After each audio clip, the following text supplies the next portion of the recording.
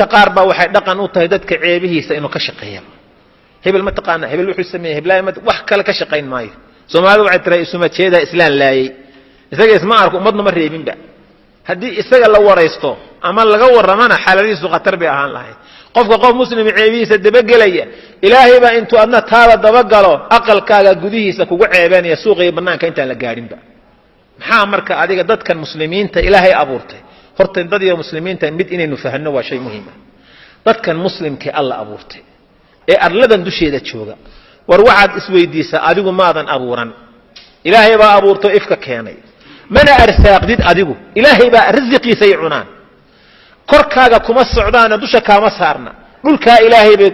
maxaan ku iraahdaa dul saareeyeen oo ku nool yihiin oo ka shaqeysan rizqooda kala soo baxaan maxaa adiga dadka muslimiinta kugu saliday marka ma iska dhaaftid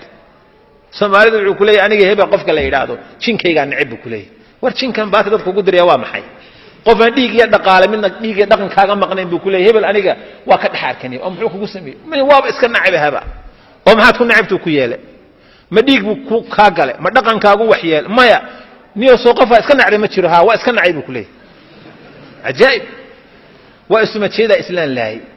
maxaad ku nici isweydiiyo maada abuurtay maada arsaaq ma korkaagu saaran yahay ma rizqaagu cuna dhulka ilaahay buu ku socdaa ilaahay ummadiisa u nabadgeli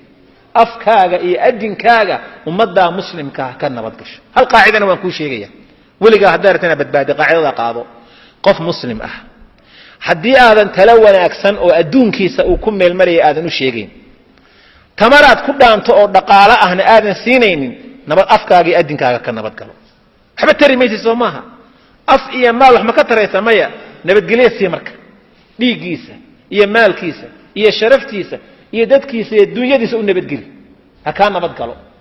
arsaaqka marhaba adiga albaabkaaga soo garaaci ma subax walba ka ilaahay buu garaacaya ilaahay baa siinaya wax subhanahu wa ta'ala dadka muslimku haday saafahni lahaayeen mudwa kala nabadgeli lahayd laakiin Soomaali baan nahayo inaga kabaheen cunayna iscalaashanayna waxaan hore u marnaa waxaas weey